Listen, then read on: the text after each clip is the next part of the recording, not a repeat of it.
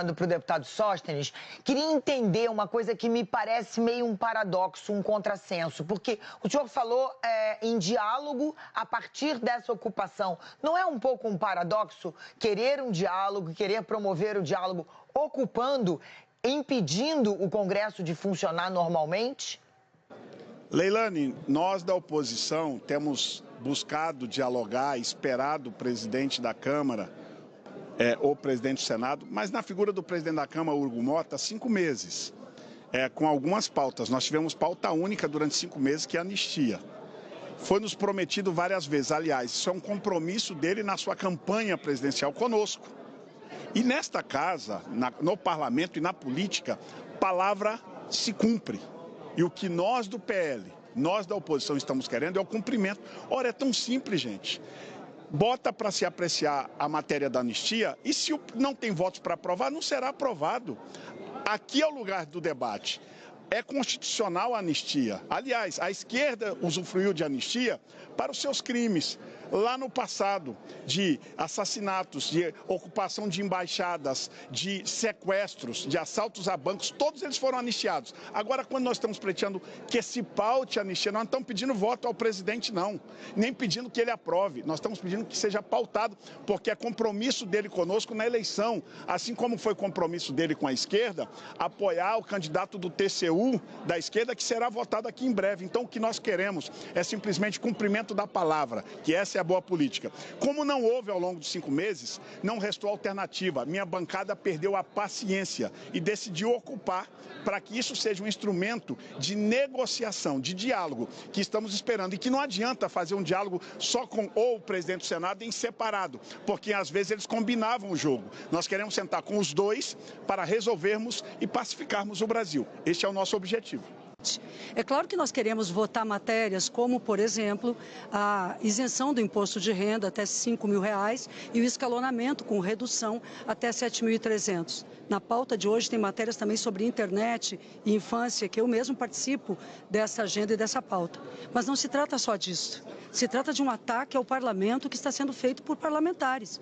O que diminui o apreço e o respeito da população pelo parlamento é a irresponsabilidade com que esse bloco de oposição, o bloco de direita, o bloco bolsonarista, está agindo contra o próprio poder legislativo.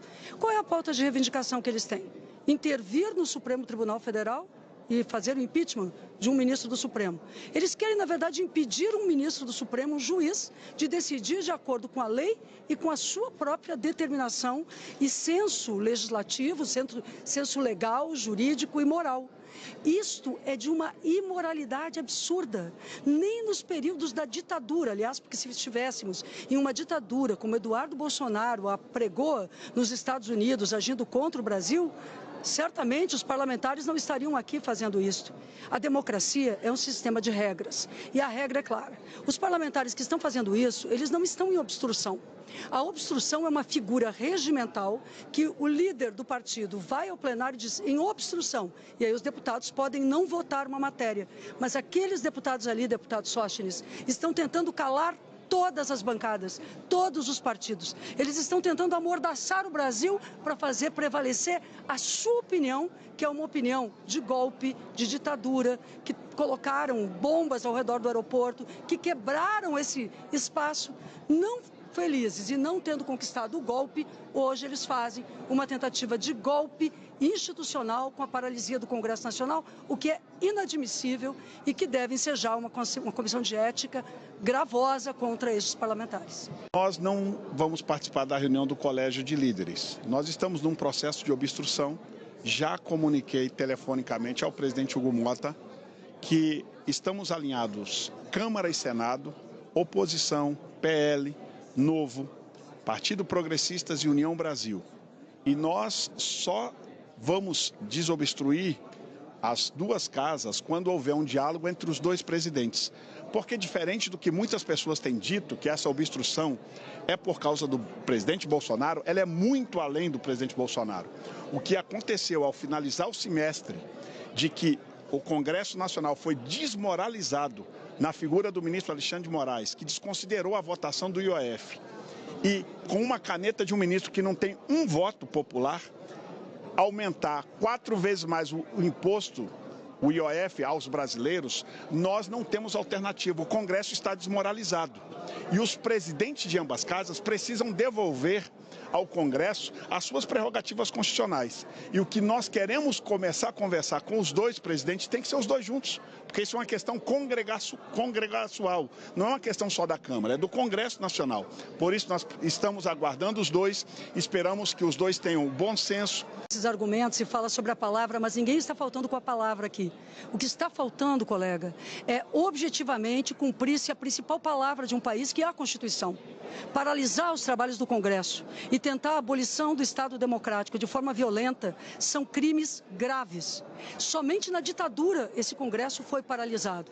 Vocês têm que ter noção de que nós não podemos, como poder legislativo e os demais poderes também, nos submetermos a chantagens. O senhor levantou o tema do IOF, eu quero lhe perguntar o que o senhor diz acerca do tarifaço que hoje entra em vigor de 50% e dos ataques que o governo norte-americano tem reiteradas vezes feito ao Brasil, com ameaças não apenas ao ministro Alexandre de Moraes, mas a nós mesmos como parlamentares. Agora as ameaças vêm crescendo contra o presidente Hugo Mota, contra o presidente do Senado. Nós temos que ter altivez como o Brasil. Colega Sóstenes, nós deveríamos estar do mesmo lado. No entanto, um líder de vocês, Eduardo Bolsonaro, liderança no seu partido, se encontra hoje nos Estados Unidos agindo contra o Brasil. É uma figura que pode ser associada a uma traição grave à pátria brasileira.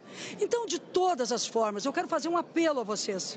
Que a gente que defende, então se defendemos a democracia e a Constituição, esse manifesto sem pé nem cabeça e que desfaz a boa imagem cada vez mais do parlamento junto ao povo brasileiro, tenha fim.